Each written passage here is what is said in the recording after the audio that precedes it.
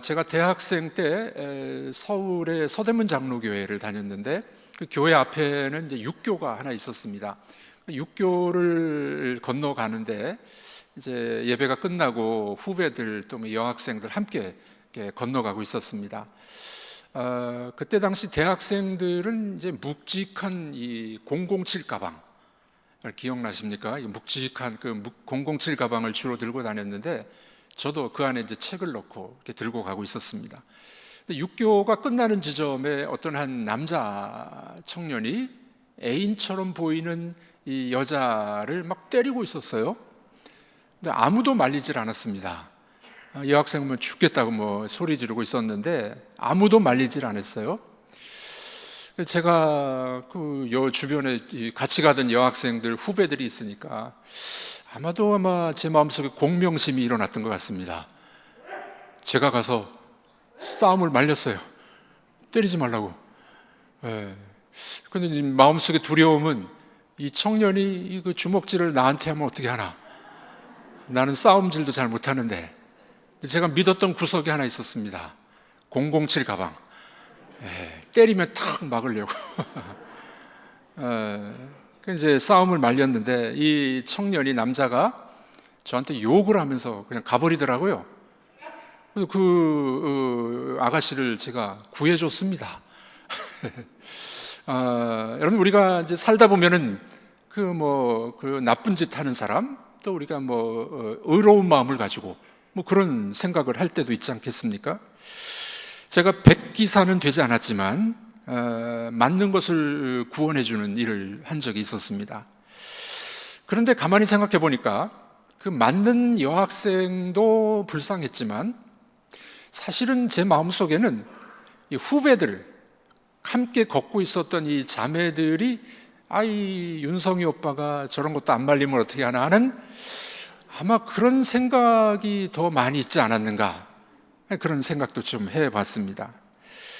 2015년에 개봉된 종이 달이라는 영화가 있는데 일본 영화입니다. 근데 이 영화가 일상의 평범한 이야기 같은데 거기서 인간의 행복이 뭐냐, 또 남을 도와주는 것이 어느 정도로 도와줘야 되냐, 이런 이야기들을 쓰고 있는 영화입니다.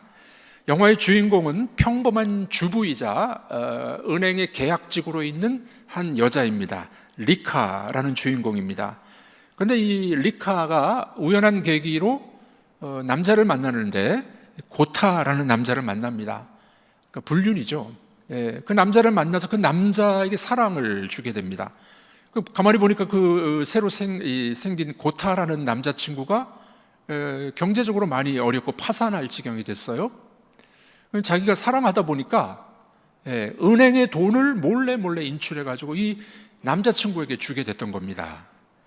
언뜻 보면은 진부한 치정극처럼 보일 수 있지만은 이 영화가 주는 어떤 메시지가 있습니다. 어려움을 겪고 있는 사람을 도와주는데 그 도와주는 도움이 정말 그 사람을 위한 거냐? 아니면 내 만족을 위한 것이냐? 이런 메시지를 주고 있는 그런 영화가 됩니다. 그래서 이 여자 주인공은 이 남자 주인공 고타가 행복해 할 때 자기도 행복했던 겁니다. 자신의 행복과 동일시했던 겁니다. 그런데 이제 이 문제가 한 가지 생기게 됩니다. 자꾸 그렇게 돈을 주다 보니까 이제 은행으로부터 이제 의심을 사게 됩니다. 결국에 이 남자 주인공 남자 친구도 그녀를 떠나가 버려요. 들통이 났습니다. 은행에 들통이 났어요. 그 어떻게 됩니까? 이 여자 주인공이 그만 은행의 창문을 깨고 도망가는 것으로 영화가 끝납니다. 자, 그런데 이 스토리가 우리에게 주는 어떤 메시지가 있다는 겁니다. 사람은 어려움을 당한 사람을 도와주려는 그런 백마를 탄 왕자, 백기사의 정신이 있긴 있는데 가만히 그 속을 들여다보면은 어려운 사람을 도와주려는 것은 좋지만 우리 인간들의 마음속에는 사실은 대리만족이라는 게 있다는 거예요. 도와주는 걸 통해서 내가 만족하는 거예요. 실은 남을 도와주는 것 같지만 자기 이기심 때문에 나를 위하여 나의 대리만족을 위해서 그렇게 도와주는 경우들도 생기게 된다는 겁니다. 이것을 심리학자들은 뭐라고 이야기하냐면 백기사 증후군, 화이트 나이트 신드롬 이렇게 이야기를 합니다. 이 백기사 신드롬은 말 그대로입니다. 타인을 구해주려고는 하는데 실은 자기 이기심 때문에 그렇대요. 심리학자들은 뭐라고 이야기하냐면은 타인에 대한 배려나 이타심도 있기는 있지만 근본적으로는 자기 이기심에서 발동되는 것이다 라고 평가를 하게 됩니다. 여러분들은 그런 경험이 혹시 없으셨습니까? 다른 사람을 도와주면서 그 사람도 도와주는 것 같기는 같은데 실은 나의 만족, 대리만족, 나의 이기심 때문에 도와주는 경향들도 우리에게 있다는 것입니다. 남을 위한 행동의 그 내면을 잘 살펴볼 필요가 있습니다. 행동은 남을 위한 것 같으나 사실은 자기 이기심이 발동하고 있지 않습니까? 우리 신앙생활도 그런 경우들이 종종 있습니다. 신앙생활을 주님을 위해서, 하나님을 위해서 하는 것 같은데 실은 나를 위해서 하는 경우들이 종종 있어요. 나를 위해서. 그래서 이제 물어보면 그렇습니다. 왜 신앙생활 하십니까? 나의 행복을 위해서, 내 구원을 위해서, 내 기도가 응답되기를 위해서, 내 병이 고침받기 위하여, 나를 위해서, 나 때문에 신앙생활 한다는 거예요. 여러분, 그런데 신앙은 그런 게 아닙니다. 우리가 신앙생활을 한다는 것은 하나님을 위하여, 주의 영광을 위하여, 우리 신앙생활이 나 중심에서 하나님 중심으로 바뀌어야 됩니다. 이것이 온전한 신앙이에요. 그러면 하나님이 필요한 것들도 채워주시는 거죠. 순서를 바꾸면 안 됩니다. 우리 많은 그리스도인들이 그런 경향들이 있어요. 신앙생활은 나를 위하여, 나의 행복을 위해서 내가 신앙생활을 하지. 제가 만난 어떤 은퇴한 대학 교수님 그런 이야기 하더라고요. 어떻게 교회 등록하셨습니까? 이제 나이도 먹고 이제 뭐 내가 은퇴했는데 종교 하나 가져보려고 보니까 기독교가 좀 고상해 보여서 그래서 찾아왔다는 거예요. 여러분들, 신앙생활은 나를 위하여 하는 것이 아닙니다. 하나님을 위하여, 주를 위하여, 그분의 은혜에 감사하여, 그것이 신앙생활이라는 것입니다. 여러분들, 이것이 얼마나 우리 속에 많이 있습니까? 우리들이 신앙생활하다 보면은 나의 이기심 때문에 주님도 이용해 버리는 거예요. 하나님도 이용하는 겁니다. 오늘 본문에 그런 사람 한 사람이 등장합니다. 누굽니까? 베드로. 예수님의 수제자였던 베드로. 그가 자기를 위해서 신앙생활을 했던 것 같아요. 그런데 예수님이 위기의 순간을 맞이하자 그만 부인해버리고 버리고 멀찍이 따라가고, 그의 신앙생활은 아직까지는 이기적인 신앙생활이라는 것을 보게 됩니다. 여러분, 베드로에게 있는 이 이기심, 이것이 혹시 우리에게는 없으십니까? 첫 번째로 우리가 살펴볼 것은 이기심은 예수님도 이용해 먹어요. 주님도 이용합니다. 오늘 본문에 등장하는 베드로 어떻습니까? 예수님이 잡히시던 날 밤에 칼을 빼들었어요. 예수님 못 잡아가도록. 당시 이 열심당원들, 민족주의자들, 독립투사들이 칼을 차고 다녔습니다. 로마의 군인이나 로마의 귀족들을 만나면 칼로 찔러 죽이는 거예요. 베드로도 열심당원에 속했던 것 같습니다. 그가 칼을 꺼냅니다. 그리고 대제사장의 종이었던 말고의 귀를 내리칩니다. 겉으로 보기는 예수님을 위한 행동 같았어요. 그런데 성경을 잘 읽어보면 사실 그렇지 않습니다.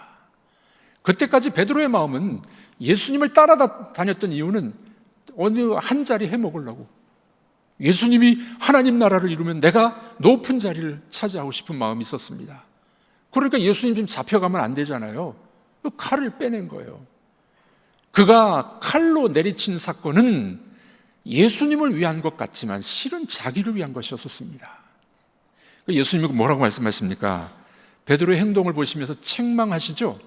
자, 오늘 본문 52절 우리 다 같이 읽어보도록 하겠습니다. 칼을 도로 칼집에 꽂으라. 칼을 가지는 자는 다 칼로 망하느니라. 네, 그 유명한 말씀을 하는 거죠. 네 칼을 칼집에 다시 꽂아라. 칼을 쓰는 자는 칼로 망해.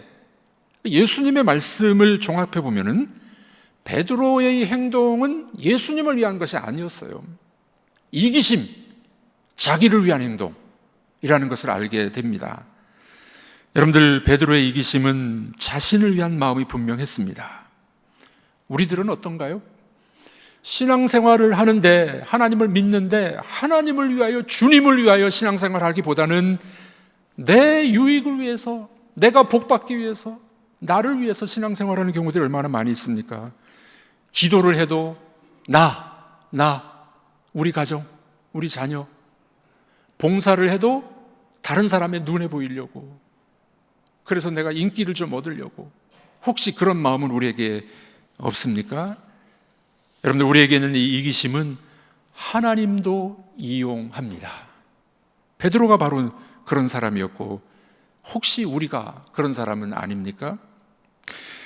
고난주간에 예수님은 고난을 당하시는데 우리들은 우리 이기심을 위하여 주님을 이용하고 있지 않는지 우리를 살펴보는 시간이 되셨으면 좋겠습니다.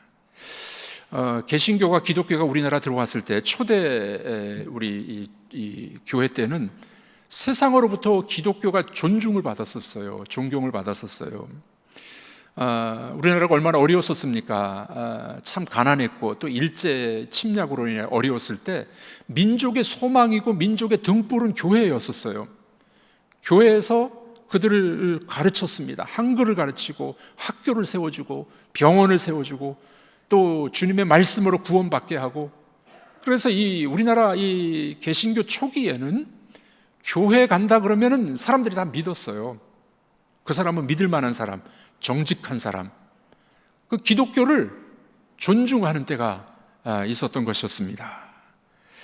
그런데 문제가 생기기 시작합니다. 언제냐면 1970년대를 기점으로 해서 우리나라가 잘 살기 운동을 하죠. 네. 그래서 잘 사는 것과 부자가 동의어가 돼버립니다. 돈 많이 벌고, 물론 돈 많이 벌어야 돼요. 그런데 잘 사는 게, 인생을 잘 사는 게 부자다라고 생각을 하는 겁니다. 그런 사상이 교회 안에도 들어왔어요.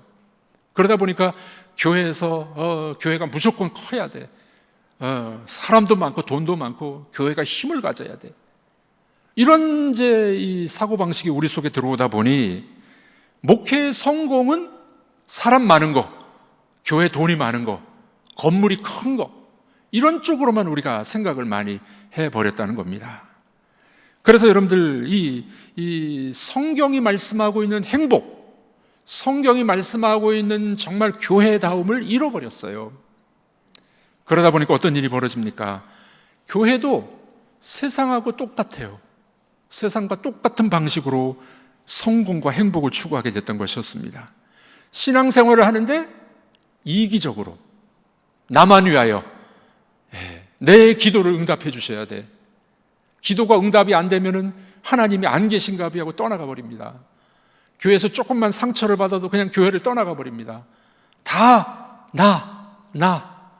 나를 위하여. 신앙이 그렇게 변질되다 보니 교회가 욕을 먹게 된 것입니다. 여러분들, 우리는 이런 신앙생활을 하셨으면 좋겠습니다. 장로 투표에서 떨어져도 교회를 떠나지 않는 성도, 이 진짜 믿음이 아닐까요? 교회에서 사람들에게 상처를 받아요. 우리 인간 사회니까 그럴 수 있잖아요. 상처를 받아도 주님을 떠나지 않는 사람, 봉사하다가 안 좋은 소리 듣기도 해요. 그렇죠? 일하다 보면 안 좋은 소리 듣기도 합니다. 그럼에도 불구하고 내가 주를 위해서 봉사하는 사람, 이런 그리스도인이 정말 참다운 그리스도인이 아니겠습니까? 베풀고 나누어줘도, 나를 챙겨주는 사람이 없어도 서운하긴 하지만 계속 베풀 수 있는 사람, 그런 일들이 가끔 있습니다. 잘 도와주고 베풀고 하는데 반응이 없다든지 나한테 돌아오는 게 별로 없을 때 서운해요. 주다가도 서운해. 그럼에도 불구하고 계속 줄 수 있고 베풀 수 있는 사람. 아멘은 아무도 안 하시고. 여러분, 이런 그리스도인들이 되어야 되지 않겠습니까? 이기심 때문에, 나 때문에 주님도 이용하는 그런 그리스도인들은 우리 속에 없기를 바랍니다. 베드로는 자기 이기심 때문에 예수님까지도 이용을 했어요. 두 번째로, 이기심은 자기가 불리할 때는 거리를 둡니다. 오늘 본문에 뭐 어떤 단어가 나오냐? 멀찍이 따라갔다. 자기가 불리하면은요, 예, 이 거리를 두고, 예수님도 거리를 두는 겁니다. 베드로는 주님이 잡혀갈 때 따라가기는 따라가요. 왜 그렇습니까? 자기가 한 말이 있잖아요. 다른 사람은 다 떠나도 나는 주님 안 떠날래요. 이게 자기 입으로 한 말이에요. 그러니 어쩔 수 없이 따라가는데 어떻게 해요? 잡혀가는 예수님을 따라가기는 하는데 멀찍이 따라가는 거예요. 멀찍이. 오늘 본문 58절입니다. 다 같이 읽어보겠습니다.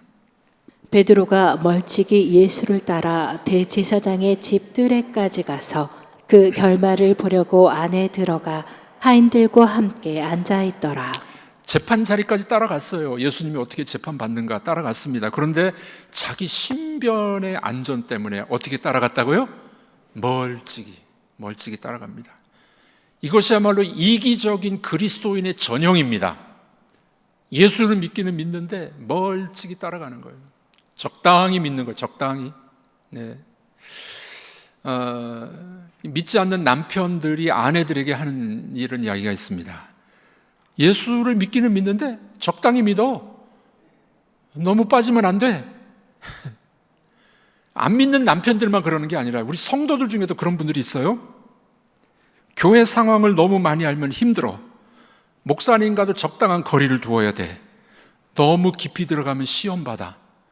그래서 적당히 믿는 거예요. 적당히 거리를 두고, 예, 공동체 안에 들어오지도 않고 적당히 믿는 겁니다. 우리 그런 말들을 보통 하고 있지 않습니까? 예수는 믿기는 믿어야 되겠는데 멀찍이 적당히 좀 믿어. 그렇게 말하는 사람들이 종종 있습니다. 마치 베드로가 지금 살아서 우리에게 말하는 것 같아요. 위기의 때를 만나면 적당한 거리를 두는 것입니다. 너무 멀리 가지 마 말한 사람이 있습니다. 누군지 아십니까? 출애굽기에 보면 바로 왕이 그런 이야기합니다.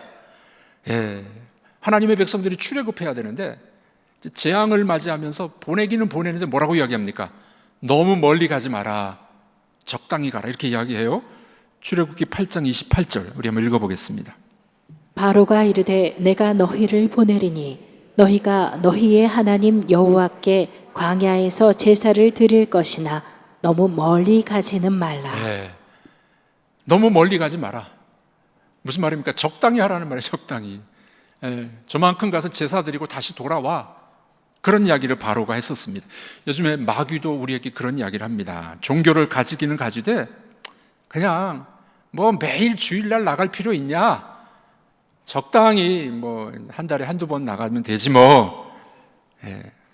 거듭나지는 말아라. 그 뭐 거듭날 필요 있냐?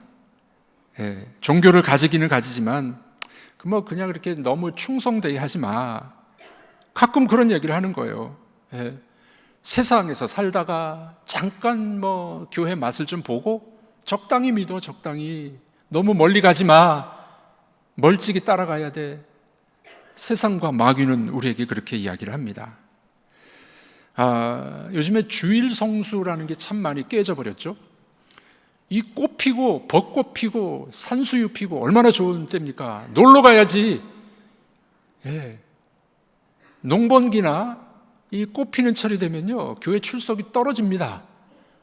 놀러 가는 거예요. 소풍 갑니다.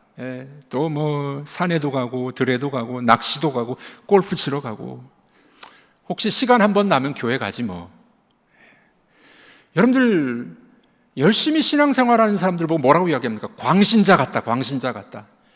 자, 그런데 여러분들 우리가 주일날 예배 드리는 것은 이런 의미가 있어요. 주일의 예배는 월트 브루그만이라는 학자는 이런 이야기합니다. 주일은 안식일은 세상의 법칙에 저항하는 날이다. 주일 예배 드리는 것은 세상의 법칙을 저항하는 날이에요. 무슨 말입니까? 세상의 법칙은 주일날도 돈 벌어야 돼요. 그렇죠? 주일날 장사가 제일 잘 되는데 돈으로 살아가야 돼. 돈으로. 무슨 뭐 섬기고 희생하고 그런 게 어디 있어요? 세상의 법칙은 그래요. 정글의 법칙이에요. 정글의 법칙. 돈과 이기심과 욕망으로 살아가는 것이 세상의 법칙입니다. 주일에 우리가 예배를 드린다는 말은 이 세상의 법칙을 저항하는 거예요. 사람은 돈으로만 사는 게 아니야. 하나님의 말씀으로 사는 거야. 하나님이 주신 은혜와 평강으로 사는 거야. 그래서 세상의 법칙에 저항하고 나는 세상의 법칙으로 살아가는 사람이 아니야 라고 예배를 드리고 은혜 받는 것이 주일입니다. 그러니 여러분들 적당히 믿고 적당히 나가라, 그 말은 우리 성도들에게서는 해당되는 말이 아닙니다. 뭐 11조를 뭐하러 하냐, 헌금할 때도 10,000원짜리 손에 잡히면 집어넣어서 1,000원짜리 하고 적당히 하지, 뭐 적당히 해야 돼. 기도는 장로님들이나 목사님들이나 하는 거지, 뭐 무슨 고난주간 특별 새벽 기도를 해. 새벽에 잠을 더 자야지. 적당히 해. 여러분들은 어떻게 생각하십니까? 성경은 뭐라고 말씀하시나요? 하나님을 사랑하되 목숨을 다하여, 힘을 다하여, 마음을 다하여 하나님을 사랑하라. 이것이 신앙생활입니다. 신앙은 나의 모든 것임을 증명하는 것입니다. 위기의 때라도 주님을 멀찍이 따라가는 것이 아니요, 가까이 사랑하고 따라가는 것입니다. 여러분들, 우리의 신앙생활이 정말 힘을 다하는 신앙생활인지 돌아보는 시간이 되셨으면 좋겠습니다. 마지막 세 번째로, 이기심은 어떤 모습일까요? 자기가 위급하면은요, 예수님도 부인해버립니다. 이게 우리들의 이기심의 모습입니다. 무리가 예수님을 잡으러 왔습니다. 베드로는 칼을 내리칠 정도로 충성심을 보이는 것 같았으나 재판정 앞에서 어떤 일이 벌어집니까? 여종, 계집종 3명이 와가지고 베드로에게 물어보죠. 너도 예수님의 제자지? 그의 도당이지? 그때 이 베드로는 절대 부인해버립니다. 나 예수 몰라. 어떻게 부인하는지 보실까요? 네, 70절 첫 번째 부인입니다. 읽어보겠습니다. 베드로가 모든 사람 앞에서 부인하여 이르되 나는 내가 무슨 말을 하는지 알지 못하겠노라. 모든 사람 앞에서 부인하는데 네가 무슨 말 하는지 모르겠다. 법정 맹세입니다. 나 그분 몰라. 두 번째 여종이 질문합니다. 뭐라고 이야기합니까? 나는 그 사람 알지 못해. 예수님을 뭐라고 이야기하냐면 그 사람, 이렇게 이야기합니다. 이 단어가 중요한 단어인데, 베드로가 보통 때는 예수님을 메시아, 하나님의 아들, 나의 구주 이렇게 고백했잖아요. 지금 이 위기의 순간에 뭐라고 말합니까? 그 사람, 이 경멸조의 단어입니다. 마치 그자, 그 사람, 나 몰라. 위기의 때를 맞으니까 이기심이 발동되는 거예요. 자기 때문에 예수님을 그 사람으로 치부해버리는 겁니다. 세 번째 부인입니다. 더 심각하죠? 74절 읽어보겠습니다. 그가 저주하며 맹세하여 이르되 나는 그 사람을 알지 못하노라. 그가 저주하며 맹세합니다. 와, 갈수록 심하죠? 예수님을 저주하는 거예요. 맹세합니다. 이 맹세는 뭐냐면은 내 말이 틀렸으면 하나님이 벌을 주실 거야. 이게 맹세입니다. 베드로를 보십시오. 자기가 위기에 처하니까 예수님을 부인합니다. 저주합니다. 맹세합니다. 위기에 처하면 주님도 부인하는 신앙, 이기적인 신앙입니다. 요즘 여러분들의 자녀들이 학교에서 밥을 먹을 때, 급식할 때 식사 기도를 하는지 한번 확인해 보십시오. 거의 없답니다. 식사 기도하고 먹는 애들이 거의 없고, 가끔 어떤 애는 숟가락을 떨어뜨린대요. 그 숟가락 주우면서 잠깐 기도. 이 말씀 준비해 보면서 저도 생각해 보니까 중고등학교 때 어머니가 도시락을 싸주면은 그 도시락 맨 위에다가 뭘 올려놓습니까? 계란 부침을 이렇게 하나 올려놓으세요. 근데 이제 이 뚜껑 열고 기도하면 애들이 그 훔쳐가니까 도시락 딱 붙잡고 기도했었어요. 그 전에 또 철이 없을 때는 이 기도하고 밥 먹는 게 부끄러워가지고 이마를 한번 썩 닦으면서. 여러분, 우리가 위기의 때 예수님을 부인하는 그런 일들은 없으십니까? 위기의 순간 자기의 목숨을 위해서는 주님도 찾기도 합니다. 그 유명한 말이 있죠. 스님이 외나무 다리를 건너가다 그만 다리에서 떨어졌습니다. 그러면서 뭐라고 얘기했나요? 아이고 하나님 도와주세요. 그러나 우리가 신앙의 위기를 당할 때 어떻습니까? 우리 주님을 부인하고 배반하는 경우들이 우리들에게는 없습니까? 자, 그러니 우리 신앙생활의 제일 문제가 뭡니까? 이기심이에요. 이기심.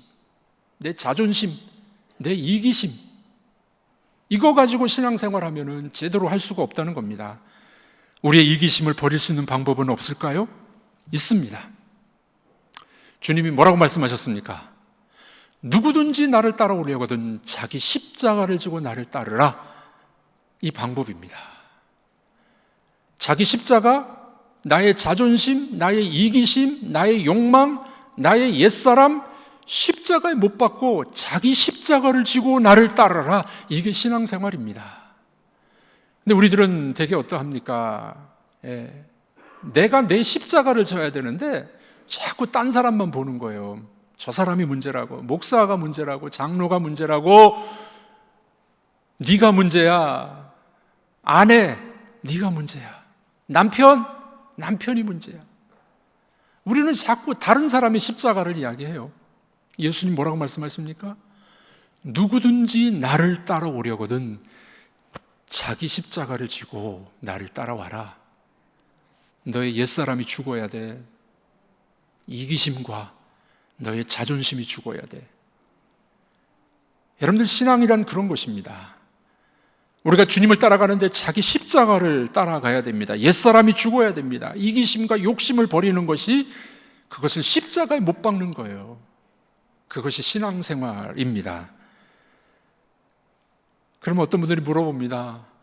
목사님은 그렇게 삽니까? 저도 다 그렇게 못 살아요. 그러나 그렇게 하려고 노력합니다.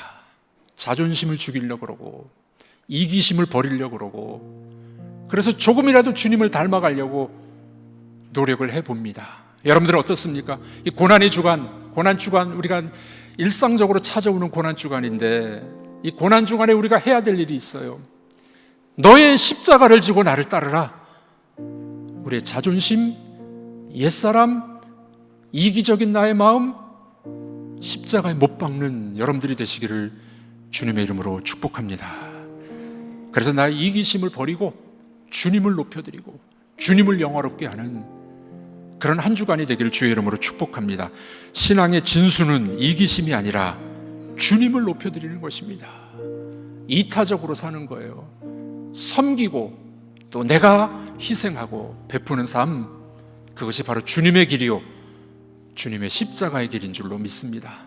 한 주간 기도하시면서 주님을 따라가는 우리 모두가 되기를 주의 이름으로 축복합니다.